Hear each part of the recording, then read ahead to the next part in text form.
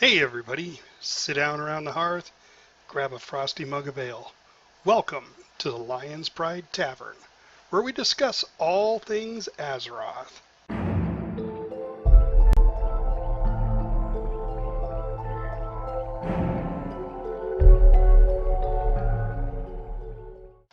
Hey everybody, this week we answer a few questions asked by our loyal followers, and we talk about our first attempt at the Trial of Valor. Let's introduce our panel. I'm your host, Fafford. I play a Dwarven Beastmaster Hunter in the awesome game World of Warcraft. Next up, we have Joe Bowie. Hi, I'm Joe Bowie. I play a Worgen Fire Mage. Next up, Lorelei. Howdy, that's Lorelei, your Night Elf Fury Warrior.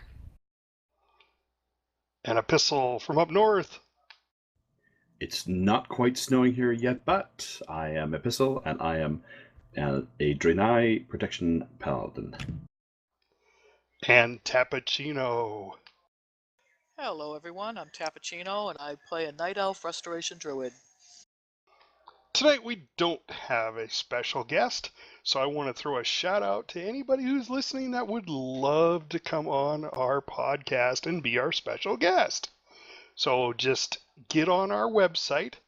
It's lionspridetavern.podomatic.com and just message me or leave a comment in one of the podcasts, and I will get a hold of you.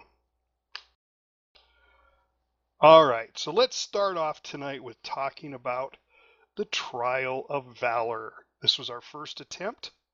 We're going to let Joe Bowie kind of walk us through what we did and what we should have done and maybe what we shouldn't have done. Joe Bowie. Yeah. So first off, I got to say that although we've only seen the first fight so far, I kind of like it. It seems like a pretty dynamic fight, and it seemed pretty fun to me.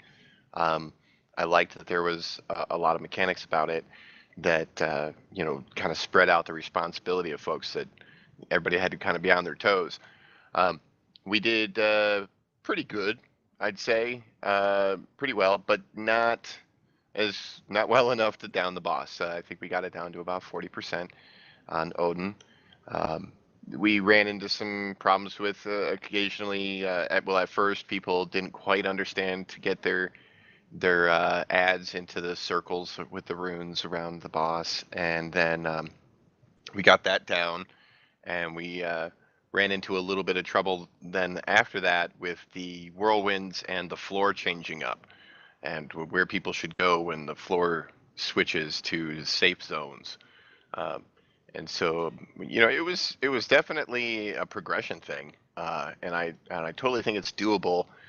We might have been short a little bit on the DPS side, but overall, pretty good attempt, I think. Well, why don't you go into a little detail, because you're a ranged DPS. Why don't you go into a little bit of detail of what you did or what ranged DPS should do? Well, as a ranged DPS in that fight, the beginning is going to start off. Now, the groups are going to be kind of split up a little bit, where some of the DPS, mostly melee, depending on your makeup of your particular raid group, is going to be on one of the bosses, and then the rest of the group is the ranged are going to be on the other boss. Now, the reason why is because that other boss, I believe his name is Himdall, he has some area of effect damage around on the ground, so the ranged just have an easier time of staying out of that. And you have to get these two bosses down to 25% health at the same time. So, like in our group, we were mostly balanced, but some of us would switch back and forth between them to try and balance out the damage and apply extra damage to whichever one was lagging a little bit behind. But so that as arranged, I pretty much stayed right near the middle, keeping about 5 yards apart from everybody else, and just kind of shot back and forth at the two bosses, trying to keep them balanced, and then also while avoiding these large spinning blades that come out, and occasionally you'd have to group up with everybody in the middle as this big beam of light shot from the other minor boss, I guess you could call her. in that fight. And then from there, essentially, every once in a while, a bunch of players get marked with a rune, and an ad comes out that's also marked with that rune and begins to attack that player and chase them down. And then those players need to run to their particular rune circles on the ground, and the little ads that come out can only really be damaged when they're standing inside of that rune circle. So you have to drag them out there and then try and kill them as quick as possible and get your teammates to help you take them down, especially if you're a healer, to get those ads down as quickly as possible so they don't blow up the raid. And then, once you get those two little mini bosses down to 25%, they go away. This is in normal, so they don't come back after that. And then Odin comes down and decides to give you guys, give the raid a try, and you start DPSing Odin for a while. And he's got like these swords that come up, and you got to dodge these balls that come away from the swords and the spots where the swords come up from the floor. And you have to kind of move around and keep trying to damage the boss while all of that is going on. And then the little dudes, still come out that you have to drag around to different spots in the room, to the runes. So, I mean, there's a lot going on. And then once you get to the third phase, then you're just fighting Odin, and he will highlight parts of the floor. There's 3 sections in the floor, and you need to fight him in the clear section, the area that's not glowing. And then these whirlwind things will come out, and they'll go put a big circle around a player, and that player needs to get that away from the group and out of the line of path where everybody needs to travel once the floor switches, because every now and again the safe zone turns into a bad zone, and you need to move into the next safe zone and continue the fight from there. And of course, we didn't quite get past all of that part, but that's about where we ended up at. Awesome. How about from a tank perspective, Epistle? Yeah, from a tanking perspective, it's one of those things I went in and maybe should have done a little more research on the way in, but it wasn't that difficult a fight to pick up. And as I think everyone was all going in and learning it together, I think that was all right for the first go.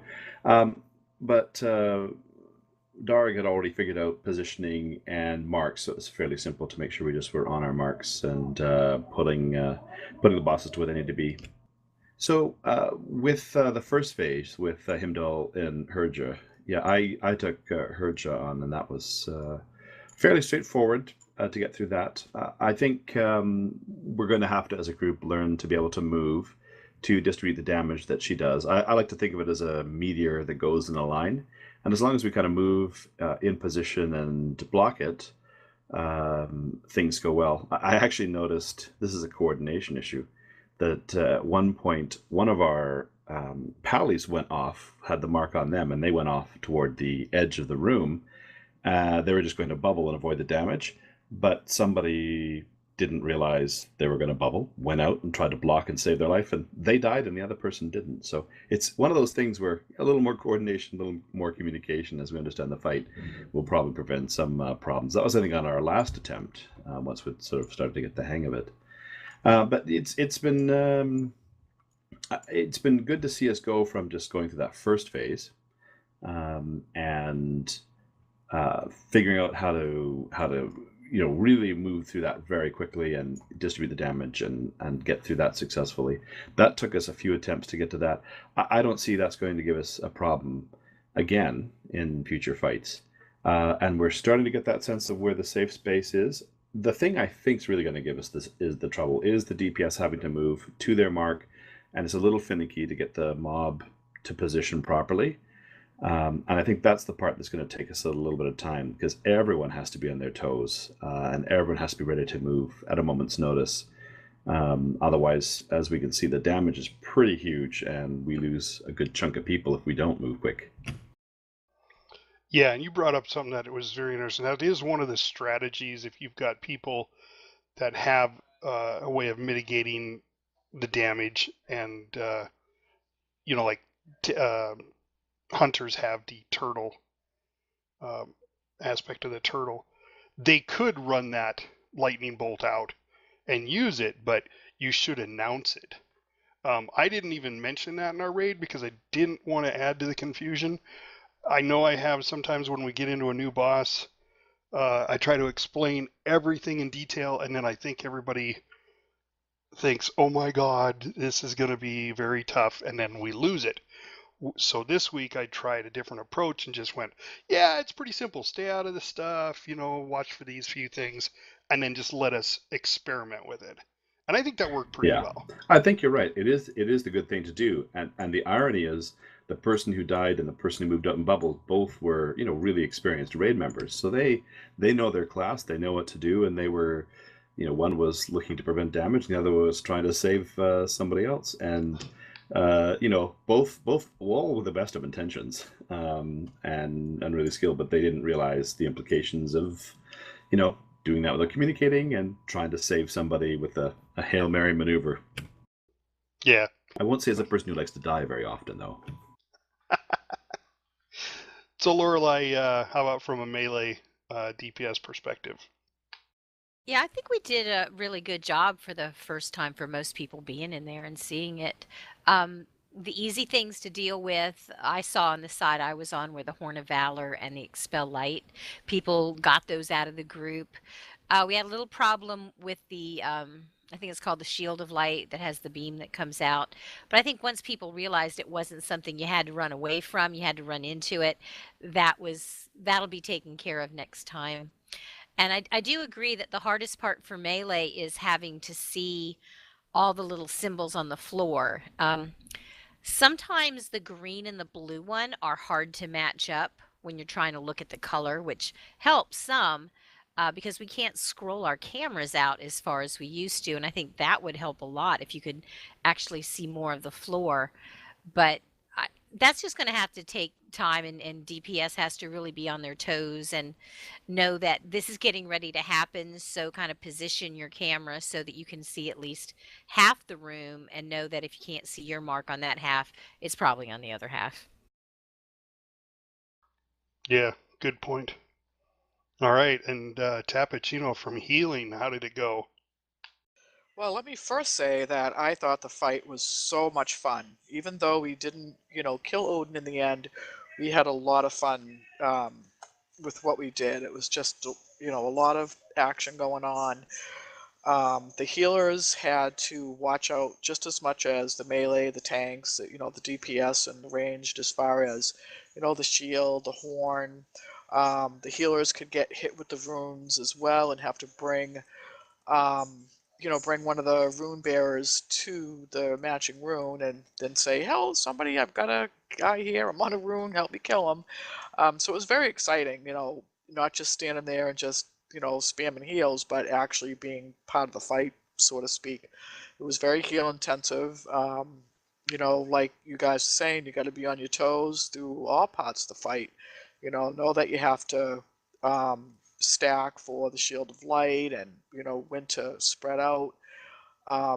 But it was a lot of fun. I think we probably could have used a little bit stronger heals, but we got used to it, and we'll get it down next time, I'm sure. Well, I think we had, what, 3 heals to start, and then we gained a 4th a little bit later? I think we had the 4th when we started. I think that's right. I do believe we had 4 when we started. And Okay. one of our healers is still learning her spec, and so she's been coming along fine, but she's got to get a little stronger. And we were missing one of our main raid healers too. So, but all in all, I think we did a pretty good job. And again, it was everybody getting used to the fight, knowing when to move, and that last part where you had to get out of the center and move over to the area. I know I was having a hard time with that, like knowing when to move, and with so much going on, that it's just going to be a learning curve too. Yeah, there's only so much you can see in watching a video. They make it look so easy, but I'm sure those guys, like on Fat Boss TV, have been raiding together for a very long time and know each other very well. And that's why we're getting. It's just, it's a new boss, and we work well together. We communicate well. And speaking of communicate, I do want to, apologize on air to Tappuccino because I called her out in the middle of the raid.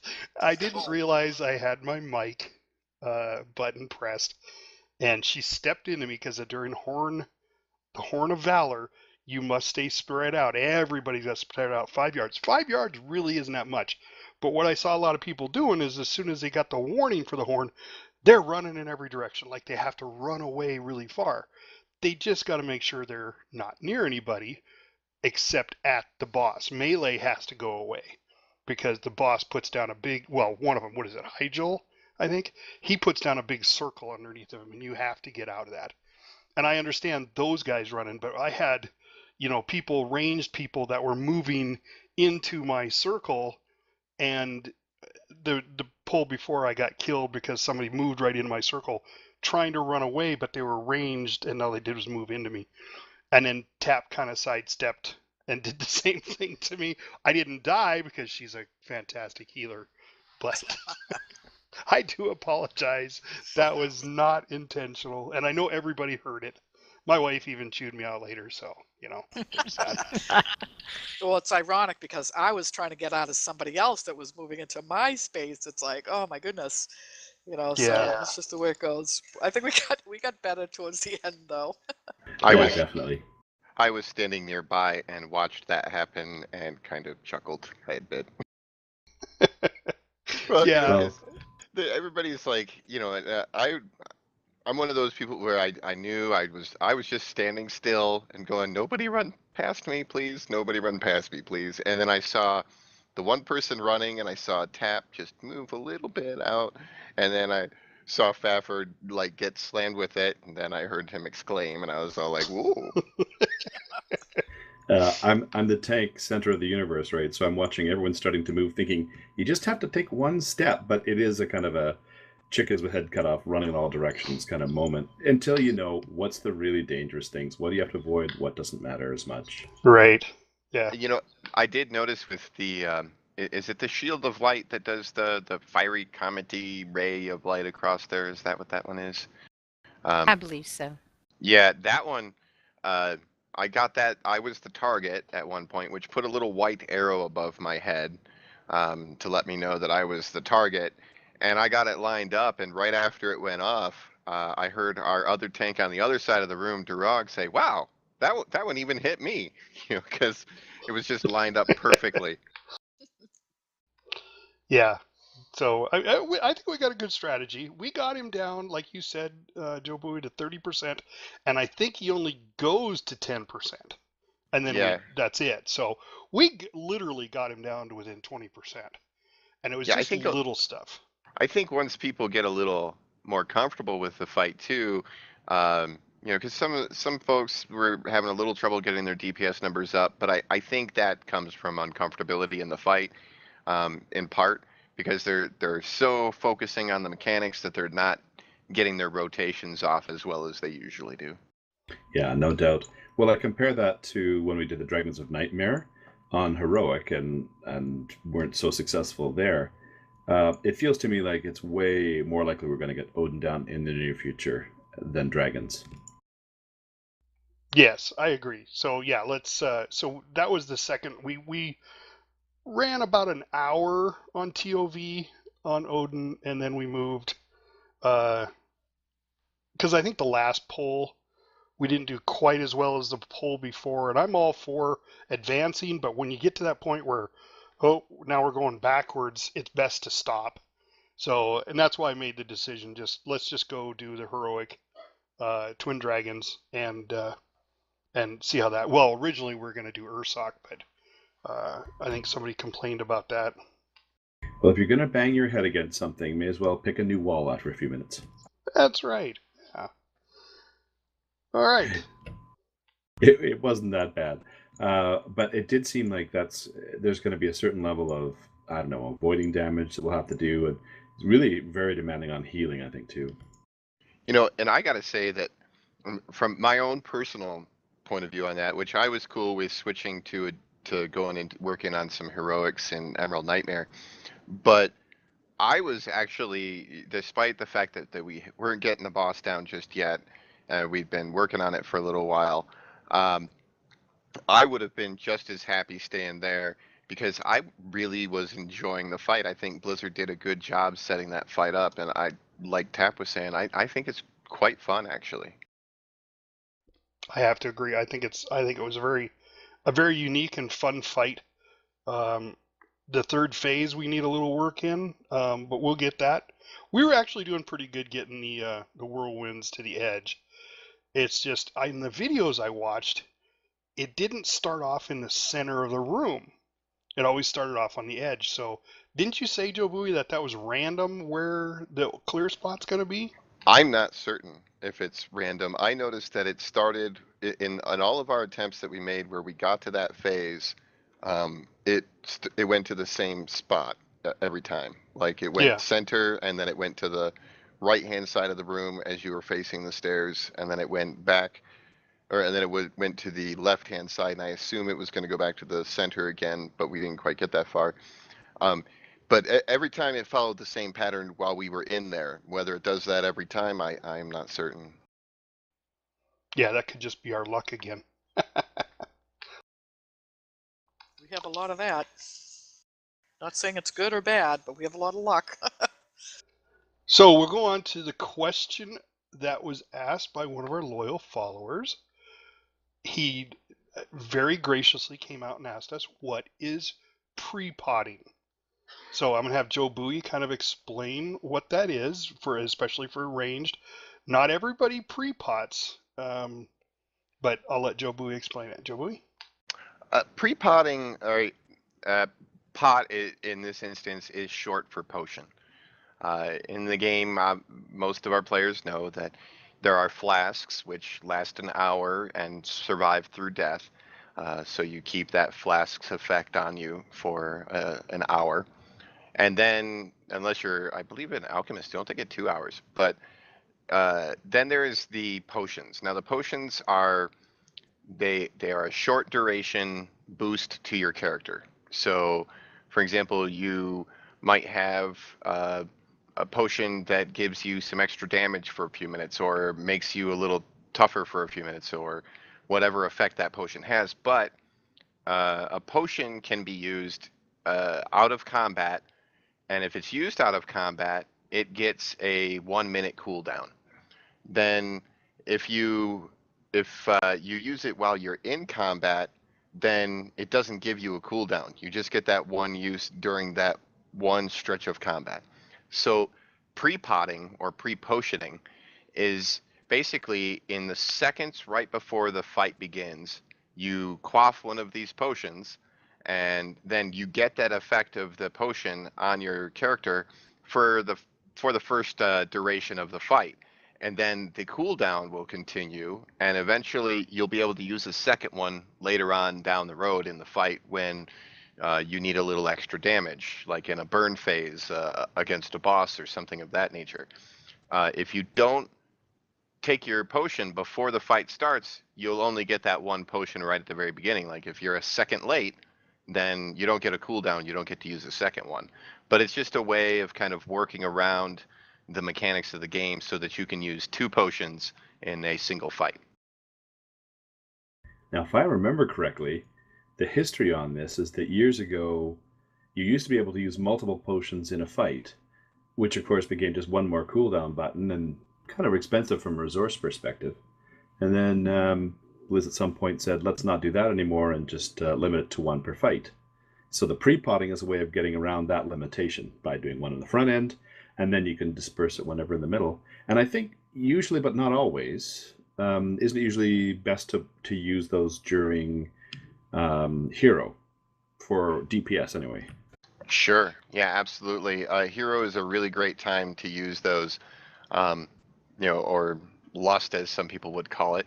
But because at that point you're going to be doing your most amount of damage. Really, is during that phase, for the most part. And so a lot of fights you start off and it's hero right at the very beginning, so your pre-pot will actually apply to the hero phase there, and then you can just use it later But yeah, definitely that's a good time to use it. When I'm on a healer or tank, I do something different. Like tanking, it's always going to be trying to save that pot for when I know a lot of damage is coming in, and then I do like an armor pot to mitigate that damage. Okay, yeah, Lorelei, what do you do for pre-pot? I use it first on the pull. I wait until about a second or two, and then I use my potion and then use my cooldowns for my first attacks. And if we're at a point at the end of the fight where maybe things are going a little bad, it looks like we might not get it, and I have one available, I'll use another potion again just to give me that extra strength bonus right at the end, and hopefully, we can get the boss down at that point. So you kind of keep it in reserve then. Mm-hmm. Tappuccino, do you pre-pot at all? I do not. I use a flask, and alchemists do last 2 hours, by the way, for an alchemist. I use a flask. I don't pre-pot. Do you use any potion anytime during a fight for extra mana or anything? I'll use yes, I will use like the mana, ancient mana, I think it's called. Hold on. Okay, so you save your pot for a mana use then. Yes. Now, are those tied together? I don't know if they're tied together because I don't pre-pot. And with just a warning to people is that, when you use an ancient mana, for instance, potion to gain mana, you can only use that once per fight. So you want to be careful when you do use that. Well, yeah, that's the idea behind pre-potting, is that if you use one right before the pull, so as the countdown timer is going down, 10, 9, 8, you get down to 2 is when I usually do it. When I hear the DBM go 3, 2, as soon as I hear 2, I pre-pot, and then it goes 1, and then we pull. And then it doesn't count for the fight because you pre-potted right before, but you're within the 30-second window that the pot is used for. So your first 25 seconds or so, you're doing extra damage as far as, range DPS. Or even a healer, you might be able to use it. I don't know, maybe an intellect pot to give you better mana regeneration or something. I don't know. You might want to look into that. That may be possible, but I don't know this spots for mana regeneration, but I do think there are some that would give you more mana. But in the first part of the fight usually isn't when most damage comes, so the healer isn't feeling that kind of crunch in the same way. But a point worth underlining is that the countdown timer is one of the essential pieces in this, right? Is that we always use a pull timer if we're going to do a boss, which is a way of letting everyone know the timing on when you're going to pre-pot. And I don't know that every group does. Sometimes someone just pulls. If you're in an LFR, you're lucky if you ever get a pull timer. And also, you'd be lucky if people actually waited on time, because that can really mess you up. We've had a few times where I've heard frustration in TeamSpeak where people have been really annoyed that, they tried to pre-pot, but just as they're about to pre-pot, somebody accidentally hit the boss or the tank was early, and that can mess up that, and then you don't have that available for the fight. Yeah, the other thing that we've come across is, we're doing the pull timer, and it's 3, 2, and somebody goes, "Oh, hold on, somebody's at my door." That goes back to the whole, raid etiquette, I think, where, because if you do hold, then now all those people who pre-potted just wasted that pot, Yeah, a few thousand gold down the drain. Yeah, I usually, now for me, because some of my spells take time to get off, like Fireball, for an example, and I usually open with a Fireball, which is an almost 2-second cast time. I actually pre-pot on 3, and then partway through 2, I start pre-casting my Fireball, and then hope that the fight actually begins and I don't pull the boss instead. That the tank pulls at 1. Is it 3, 2? Are we going on 3? Or going on 1. Yeah, and I just hope that they're, ready to go and they're going to hit it like right on the money, because if they don't, then I'm pulling the boss. I have to point out, I have some experience musically, so I know when to pull on cue. It's like the downbeat. So Joe Bowie brought up a new thing that he found I don't know a lot of people know about this. I did not, and he just found out about it. So I'm just going to let him explain it, and I'm not going to say any more about it. Okay, so it's a couple of months into Legion, and I'm pretty involved in Legion. I do a lot of stuff. I look up things. I go find stuff, and I'm still finding things that are new, or finding things that I didn't know were there, which I think is pretty cool. Um, and one of the things that I found this week was that there are weapon stands in your class hall. Now, these weapon stands, they just look like little crosses with a metal base on the floor, and they're pretty innocuous. That it's hard, it's easy to just overlook them being there. In fact, I did for 2 months, and then I found out I was browsing around on the web, and somebody mentioned the armor racks in class halls, and I said, "Armor racks? What are those?" And as it turns out, these little crosses with the metal base on them are actually armor racks that are tied to various tier gear from old content.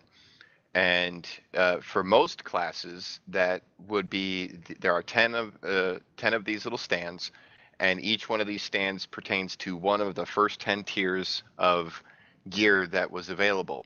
And the way you get these things to activate is you go back and you do these old raids, and they need to be on 10-man normals, not heroic, not 25-man sets or anything like that. They need to be 10-man normals, and then you need to collect the entire set for your class. And when you collect the entire set, the stand will populate with the shoulders and the helm and be on display in your class hall for you to enjoy. And so you can complete all 10 of those if you so choose to, which I think is pretty cool. With the exceptions that I know of, is that Death Knights get tier 7 through tier 17, and I believe monks get tier 14 through tier 18. I know that's not quite enough to complete all 10. I don't even know if monks have 10 things. I think they do, but I'm not sure. I haven't checked because I don't have a monk with a class hall open yet.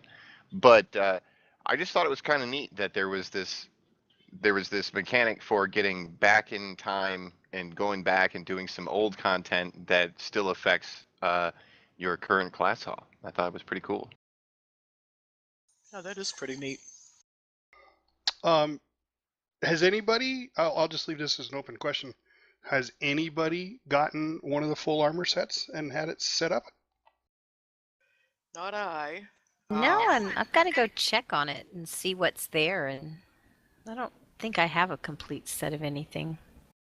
I think Yeah, I did at And one 3 point, or but 4 I out of got 5 rid or of it. 6. I don't have any of them yet, but I do intend on going to get them now that I know that they're there and that it does something other than just adds them to my transmog library. Few druids out there. I probably spent 10 minutes trying to find the racks, but they are in the building called the Retreat, which is right by the scouting map. If you're looking for it, that's where you can find it. Yeah. And with the Mage Hall, it is over by what is that big what is that big thing that every class hall has to go get, the yellowish shield looking thing? What is that thing called? Light? Yeah, the light of a loon, or is that what it is? No, it's not a loon. It's Light's Heart is what it is. Yes, Light's Heart. In the Mage Hall, it's in the corner by the Light's Heart on either side. There are 5 of them, just kind of tucked away in the corner, just along the wall. Very easy to overlook. And for you hunters, they are around the big anvil where you do your weapon upgrades, where you use your ancient, or not ancient, what's that called? Artifact. Yeah, where you use, yeah. It's where you use your artifact power, and they look like a little stick with a post on the bottom, like a flat round disc, and a stick sticking up. And I never even paid attention, and maybe they weren't there before, because I really watched. I was really impressed with the Hunter Hall, because of all the head mounts on the walls and stuff. And so I scoured that place, and I really seriously don't remember seeing them. They could have snuck them in on the last update or last patch, I suppose, But yeah, that's where they're at for the hunters. How about the warriors? You know where they're at? Yeah, I was just looking because I said, I don't remember seeing those, but they're over here at the training dummy area. And actually, I do have a set. I've got the Conqueror's Battle Gear set on Oh, there Oh, level you one of go. mine. Yeah, I didn't realize I'd Nice. picked up everything. There must not have been like belts. I don't usually pick up belts and things like that, but I must have. It looks kind of neat. It's just got the shoulders and the helmet. Yeah, and I think it's actually been there since we got our class halls. It's just so many people completely overlooked them. Myself, you, Fafford, all these other people just completely overlooked it because I've actually seen, since I've looked into this, I've seen some screenshots people have taken where they have finally gotten their complete set of their armor stands filled. Oh, nice. Yeah, they definitely blend into whatever's there. You really don't. I mean, I run through the door into the training area, and if you're not looking for it, you can completely miss it. Yeah, and for Pally's, I had to look around as well.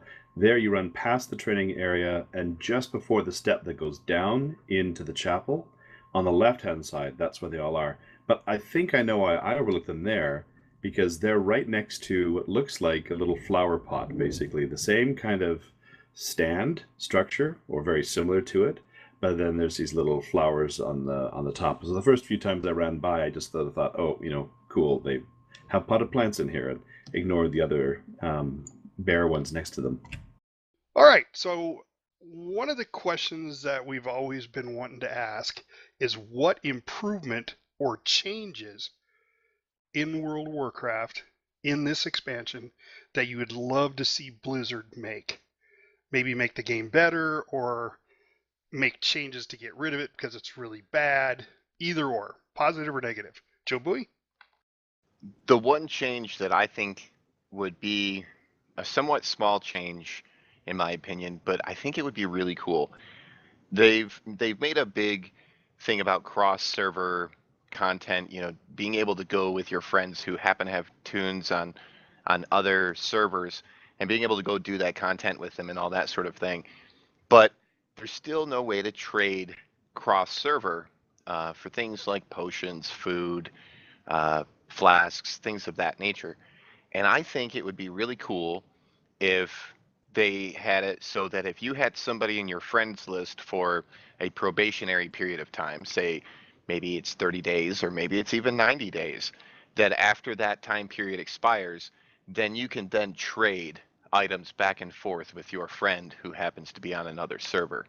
I think that that could be kind of a cool thing that wouldn't lead to a lot of exploitation. Yeah, I could see a couple of things with that though, because once they wait the 30 days, I think a lot of it has to do with the economics of the actual server. I mean, right now, I mean, you guys know, when the potions first came out for this expansion, oh my gosh, because nobody had got an alchemist up in level, and the potions were extraordinarily expensive, the flasks.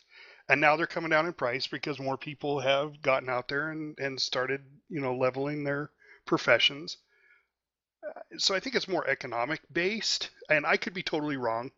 Um, but I could see issues with that because they did try the whole cross horde to alliance. I remember it was down in Booty Bay. There was an auctioneer down there. It was a black market auctioneer, whatever, for whatever reason you want to call it. That you could, for an exorbitant amount of money, put something on the other faction's auction house. And I don't know if that's still viable or not. I think it was also one in Gadget Zan. There was a spot you could do it there too. But I don't know if how that ever fared. But I would imagine that's probably like it. I do agree with you though. I think we need, if you're in a raid group, that would be totally allowable. But out in the regular world, no, forget it. So you'd have to at least set up a raid group. But I don't You know. almost need like a economic instance so that in this particular environment, everyone goes in with their materials. Whatever they don't use, they leave with. So Yeah, yes, I could trade some herbs to somebody. They could trade me a flask. You could do all the trading you want, but if it isn't used during that instance, it reverts back to you at the end. I would like totally agree with that, especially with the way where they have the RNG for professions. It would really help out with the raids and stuff. You know, I totally get that they want us to all be, you know, on the same server and on the same, you know, guild in order to raid, but it's just to have that kind of social network where, you know, like Lorelei, she's in a fantastic guild where she's at. She loves raiding with them. She raids during the week with them and then turns around and raids with us on the weekend. We're not all part of the same guild. So how do you do that? If you want to raid all the time, you know, you got to be able to, you know, cross realm trade somehow. So developers, if you're listening, that's a good suggestion, Joe Bowie. I like that one. How about Epistle? Well, one thing I'm doing now that I've got some more alts up is I'm trying to figure out how to best avoid the grind, shall we say. So I've been noticing, and I don't know if anyone else can confirm this, it seems to me I've just hit Exalted on Epistle with all of my reputations. My impression is that if I now get if I do world quests and I get the box reward, I open it up and I have what seems to be an account bound transferable 250 rep token that I can use, which I can then pass between my tunes. I think that's the way it's working, but I'll have to verify that over the course of the week. That kind of thing is really helpful to be able to switch between tunes, but I really want to avoid that whole feeling of grinding between tunes. So it kind of pains me, and my OCD bugs me when I see quests that are incomplete. But I'd love a way to be able to kind of filter out and ignore quests in different zones so I don't feel like I have to do those. And just take away that kind of complexity and feelings of pressure from all my alts. So rep is a good way to do it, but I'd love it if they could find some other ways to take away some of that that grind feel between different alts. Yeah. Lorelei, do you have any suggestions for the Blizz developers? I do. Since professions are so tied into running dungeons this time, and especially mythic dungeons, I'd like to see them put mythic dungeon choices up on the looking for group and not under pre-made custom groups. I'd like to see it added to the drop down window where you could do a random or a specific mythic dungeon because the wait times, especially for DPS, are so long. Usually DPS have set up those groups so they're full of DPS and they're looking for tanks and heals. And I think it would just make things easier. I know I've been kind of hesitant about getting some of my alts in because the time you have to wait is so long. So that's what I'd like to see them do. Just add mythics into that list. Yeah, I got to Yeah. agree there. I'd love to be able to queue for mythics. Like, that would Definitely. be great. How about Tappuccino? Do you have anything for the Blizz developers? Well, I agree with what everybody has said so far. You know, being able to trade potions and flasks or whatever in a raid environment, being able to do looking for group for mythics would be fantastic. One of the things I have noticed and through personal experience is their help tab is really not that helpful. If you get into a bind and you have to put in a ticket, it's very difficult to do that. It's hard to, choose which, which item, they've got it. So there's a list of things that you have to choose from. Well, it may not be on that list. As an example, the other day I was questing and I have the what is it, the daggers for the feral druid quest in my logbook, and I can't drop it. So I ended up being in that zone where that scenario is done, and I died. I was picking herbs and I got into some trouble and I died, and I wasn't able to res. And the whole thing, it was all glitched. I tried to get to the spirit healer, but as soon as I got to her, being in that zone of the scenario, she would disappear. So, it was really tough. So here I am on my main tune, and I can't res. I can't get back to my body because of that whole zoning thing. And to put in a ticket, it took me 20 minutes just to figure out how to put the ticket in, and then it would have taken another 2 days before it was answered. Fortunately, I logged out, and a few hours later, I logged back in, and I was alive in some area that I don't even think I've ever been before. But it would be nice if they were a little more responsive with the help, especially a new expansion. It's only a few months old. There are glitches, and to have your main tune tied up, really kind of sucks. I'm just glad it wasn't like Friday night and we were ready to raid, because I would have been stuck. Yeah, So that would be my suggestion. that sounds disastrous. I was very upset. I was almost in tears. Mommy was on at the time, and I'm like, oh my God, Mommy, I just want to cry. I was so upset. Yeah, I can't imagine what kind of help desk that they have for this game. I mean, you think about this. What do they say? They have almost as many players as McDonald's has made burgers. I mean, I was like pleading in chat, like, somebody please, if you work for Blizz, please help me. I'm on my main tune and I'm dead and I can't revive myself. I went back to my body, and where it says res accept and it has that button to press, nothing would happen. I'd press it and nothing would happen. So it was definitely glitched. Oh, that's bad. Yeah, there was nothing I could do. So it would have been nice if they, just, I mean, even some of the choices they had, nothing matched with what my dilemma was. And it was very tough. And one that I thought might be close says, hey, if you choose this, oh, I forget what it said, but it was kind of like, oh, if you choose this, then it better, you better have this going on and blah, blah, blah. And it was like, wow, all right, I guess I won't choose that. Yeah. And on the other hand, they are getting paid by each and every one of us $15 a month for a service. For many, many years. For 12 now. Was it the 12-year anniversary? Is that what just happened? Yeah. Yeah. What did you guys get for that? I know you got a quest to go speak to somebody in the archaeologist area in Stormwind, and you could get buy a little pet. Yeah, it was really cute.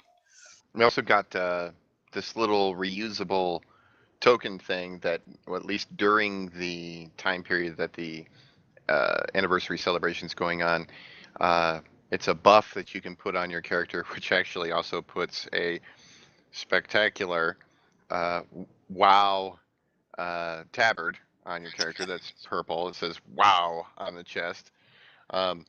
And that will give you a 12% bonus to experience points and reputation gains from anything you kill during your during that time period.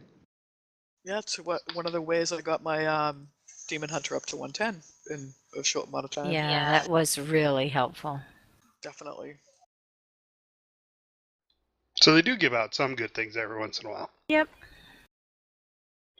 All right, we've come to that time again. We got our last two questions of the night. First one's going to be tips and tricks.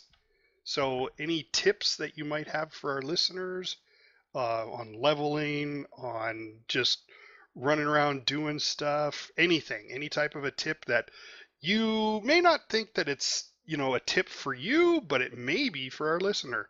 Kind of like the whole pre-pot thing. We've always, as a raider, I've always known to pre-pot, but when I first started raiding, my buddy is like, how come you never take your pot? And I'm like, what are you talking about?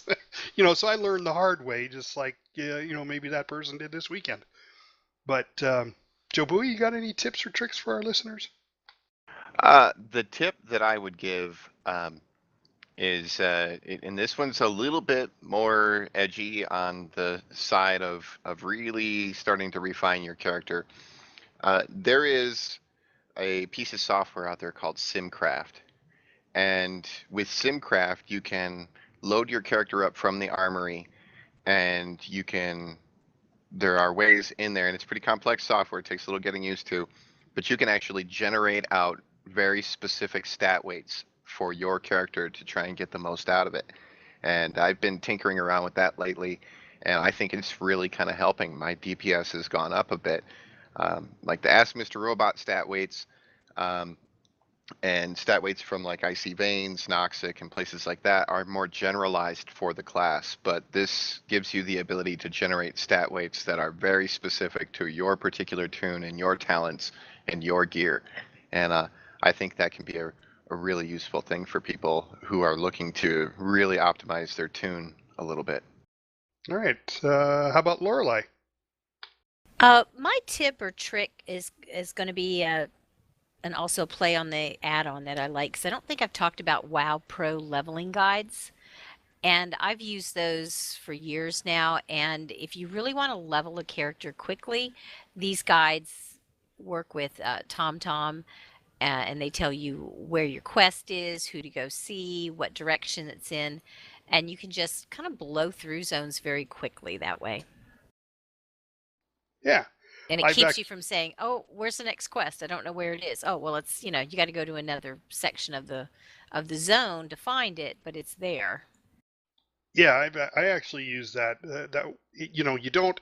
It doesn't give you the feel of the content of what they're trying to do because you don't have to read the quest or anything. You just go turn it in. It's a kind of a grinding for level. But if that's what you're looking to do is to level a tune really quick, it's an awesome way to do it. Yeah, I agree. So, Epistle? Well, my little tip is how you manage your keyboard. Some people have done this already, some people haven't. But I mean, I've played with people who only use buttons and then just the arrow keys, and that's really a bit tricky. I use a whole whackload of keys, shortcut keys. I'm also a touch typist, so if you're kind of a touch typist, and you're just experimenting with the keys, here's something to think about. Most people use AWSD to maneuver around, W being forward, S being backwards, I think, A and D sort of moving you to the side. Well, if you're a touch typist, you start to feel at some point that that's a bit unnatural or a little bit awkward. And here's the little trick that I suggest. Shift your keys over and map them so you use the SDF and E keys instead.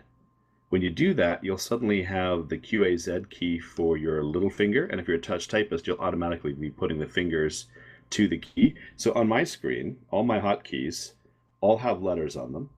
And as a touch typist, I can immediately think, for example, I have my Shield of the Righteous is my R key. So if any particular time I forget what key that is, I glance at it, there's the R, I hit the R without even much thought, and you got instant access to so many different keys. And when you're tanking, that's important because you have a whole bunch of emergency buttons or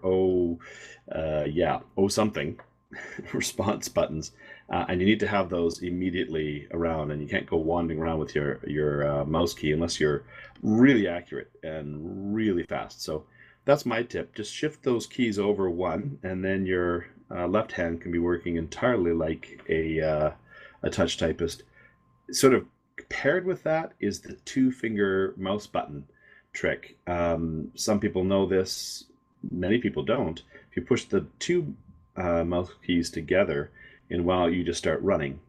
At the same time, you can switch your screen around and change different angles, look up, down, around, stop, start again. Gives you a lot of movement control with just two buttons on your right hand. And if you're doing that, then your left hand's free to do a lot of other emergency maneuvers or buttons or so forth. Works well for caster DPS and others. A lot of people do it, but if you've never tried it, you might want to experiment with shifting those keys over and using those hotkeys. That's good advice. So some of you have met me and some of you haven't. I have very wide shoulders. So typing on a regular keyboard is really tough for me. So at work, I have a split keyboard. It's kind of an angled ergonomic keyboard. That's what they call it. And that works really good, but I don't have that on the laptop I use for playing WoW. So I bought myself a Logitech G13. If you have not seen this, go to Logitech website. They have game pads and controllers, you look there, and they have the Logitech G13. Now, what this is it's a, God, I want to say, well, here, let me just look. 22 button keypad that's totally set off. It's USB, you plug it in, and every key is programmable to whatever you want it to be. So I actually have the middle 4 buttons as my ASDF key, and then I've got 2 sets, because your touch typist, I have actually 2 keys over from each one of those in 3 rows, and then one down below that's just got 1 button. But you can reach all of them with your hand. Plus, it's got a little joystick by your thumb that I've used for movement, so you can move forward and back without actually having to move the keys to push the keys, because sometimes you have to, push the talk button, and I have to push the talk button and move, and I can do that with my little joystick. It's a really, really unique item, not hard to program, and you can set it up for multiple games. You can create different profiles. It's a really awesome little tool. It's like $80, $79, something like that. So it's not real cheap, but I've been using it for years, and I used to use a Nostromo. That was by Belkin, Nostromo. But what I like about the Logitech G13 is if you have a problem with it, it's lifetime guaranteed. At least it was when I bought this one. And if a key goes out or it stops working, I can just email them, and I send this one to them, and they send me another one. Now, whether it's a refurbished or brand new, I have no idea, but I would imagine it's refurbished. It would be fair. But that's my tip. I love playing with that. It gives me the freedom to have a mouse on one side and a keyboard on the other. So, Tappuccino, how about you? Do you have any tips or tricks for our listeners? Oh boy, tips and tricks. Don't make a healer mad by calling her out during the game. Of course. Is that why I died after that? Let's move on to our last question then. Add-ons that you might recommend to our listeners. Joe That Bowie. would be my tip. I would say this week, going kind of along the same lines of, keeping close track of my tune, I like a little add-on called Deja Character Stats. Kind of like Deja Vu, but it's Deja Character Stats. Back in, I believe it was Warlords of Draenor, they started simplifying the stats for your character. When you pull up your character screen and you look at it, it only shows you a few stats, and they're very not very specific. Like it'll give you a percentage, but not how close you are to the next percentage point and that sort of thing. And what Deja Character Stats allows you to do is bring up a large amount of data about your character, and the stats will go out to like either 1 or 2 decimal places depending on how far you like it. So for an example, even with my item level, I can see that my item level is, right now I have 870.38 is my item level. So I know how close I am to getting 871 and how much that piece of gear just actually upgraded me. I know that my critical strike is, at a certain percentage and how close it is to getting to 57%. Because if I didn't have those decimal places and I put on a new piece of gear, it might just say 56%, and I put on the new piece of gear and it still says 56%. I don't really feel like it went up at all. But with Deja Character Stats, I can see that it went from 56.5% to 56.8%. And I know that it went up a little bit, and how close I am to getting 57%. So yeah, Deja Character Stats. Nice little thing if you're really into the finer points of your character stats. Awesome. I have not seen that one. I'll have to look. Lorelai, how about you? You got a add-on you'd like to recommend? Oh, I was looking. I'm thinking I'm getting down to the end of my add-on list, but let me see. There's an old one that I've I still have on because I use it for certain things, and that's the Atlas Loot add-ons. I like it a lot when I'm going through old dungeons or even dungeons now. There's a map that'll show up and it will let you know where things are, where the boss is, what the configuration is, because I have a really hard time when I'm using my mini map and I'm trying to see where things are because everything is colored so much the same. I can't tell if I'm in a hallway or if I'm in a dead end. So this I can just, click on my M button and the map will show up and where I'm going to be and where I need to go and where the boss is next. So it's an old add-on, but I still keep it around because it also gives me some flight paths where they are, how many I need to find. So I use it whenever I'm just kind of stuck somewhere. Okay, yeah, that one's nice. How about Pistol?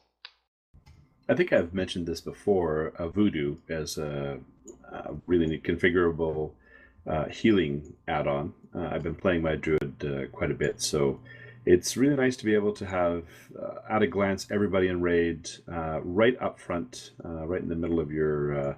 I put usually middle lower screen where the most important information needs to go.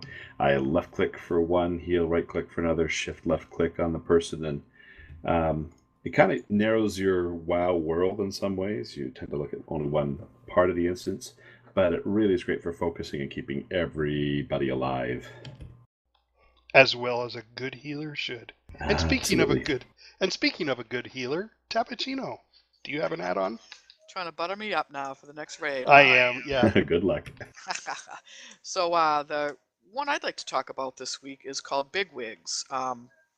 One of our raid healers, Glory's Way, introduced this to us, and it's similar to Deadly Boss Mods. It's definitely a Boss Mods add-on, and I don't know too much about it yet, but what it does is during that encounter, for instance, where we had to spread out the 5 yards in Trial of Valor, we did the slash range, and whenever someone got into my range, I would have a little ping.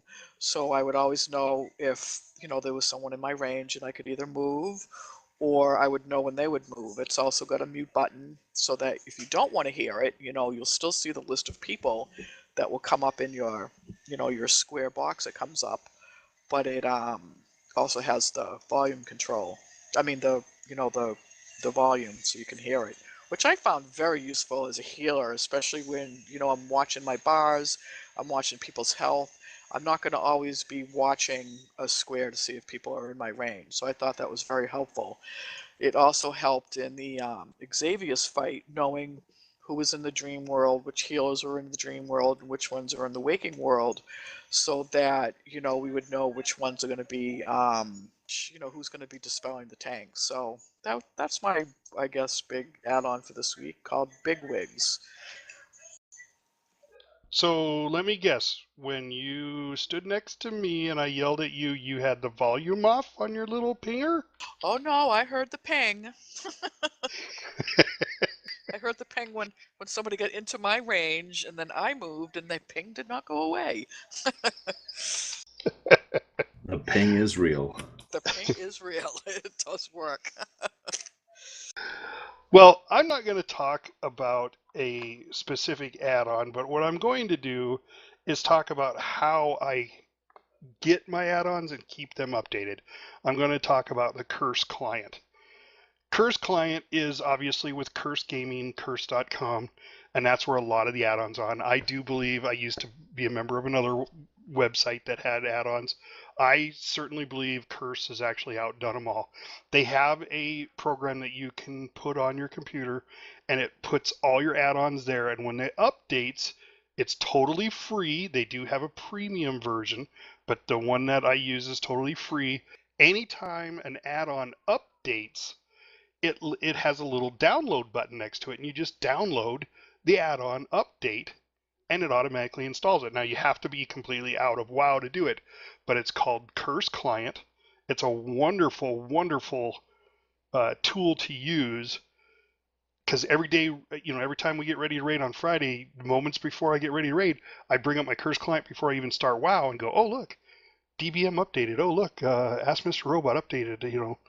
Now the premium version, it's a paid subscription. It's not a lot. I don't know what it is, but I don't have it. But the unique things it does is it updates all of your add-ons with just one click, where I have to click every time there's updates. So especially after a patch, and it takes a week before the updates are updated, I'll have like 15, and I have to click on each one, and I get the cramp in my clicky finger. But it also syncs your add-ons between multiple computers, which is really cool if you have like, not that you should have a computer at work that you're playing WoW on, but if you have, multiple computers, like I have 4 in my house for each one of us that plays, we could all sign up for the same account as long as we all use the same add-ons, and I could update all 4 of those computers with one mouse click, which would be really cool. All of our computers here with our family, we do that, and it is very handy.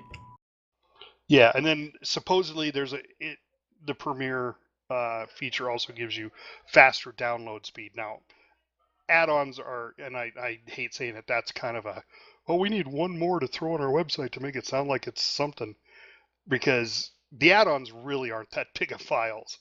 I think the most I've ever seen is like, maybe a 6 or 7 meg file, and in today's, fiber optic world, that's, still seconds. But Curse clients, the big one that I recommend, it's not an add-on, but it's an add-on manager. You have to get all your add-ons through Curse, but you can also search the add-ons right in the client. If you're like, well, geez, I'd like to have some sort of, bag add-on, to manage my bags, you can search those and it comes up with a whole list, and all you do is you look at it and go, oh, that one looks interesting, install. You click install and then log into WoW and try it. And if you don't like it, you can come back out, right click on it, and uninstall it, and it takes it away. So, does everybody use it here? Yeah, I do. And it's really good because when you're looking at an add-on to get and you don't really know about it, it has how many people have used it. So if you've got several thousand people using this add-on, it's probably a really good one. Yeah, I use Curse as well. I find it's really useful, not just for, managing and keeping my add-ons up to date, but also for looking up stuff about those add-ons. Because if I click on one of my add-ons that I have, down at the bottom of the screen or the window is a few buttons where I can look at the recent change logs for that add-on. I can see what they've modified, if they updated their modified or their change log. And then I can also go to like the developer's website and look up stuff on there. In fact, recently I contacted a developer by finding information from there on how to get in touch with him, and was actually talking to the guy who wrote Pawn. You trying to affect some change? A little, just I had a question for him and some suggestion, and he was really friendly and got back to me, and we chatted a little bit. Yeah, and like anybody who does anything, feedback is very important. So I just want to say to our listeners, please, if you have any questions or comments, I don't have to mention you by name. So if it's a totally noob question, you've been raiding for, 11 years and you're like, I still don't know how to pre-pot, that's totally cool. Just send me a message and we'll talk about it on the air. So everybody, thank you for coming again this week. We still have gone on the lookout for a special guest. So listeners, if you want to do that, get a hold of me. My email address is actually lionspridetavern@yahoo.com. So you can always reach me there. Thanks, everybody. Thank you. See you next week. Thank you, everyone. Have a good week. If you like this podcast, throw us a like and subscribe to our channel. And please, leave comments or questions below. Maybe we'll answer them on the air next podcast. We are hosted on Podomatic.com. Our website is lionspridetavern.podomatic.com. Our podcast also airs on iTunes for Apple users, Google Play for Androids, and YouTube. Just search World of Warcraft Lions Pride Tavern Podcast. See you next week, and thanks for listening.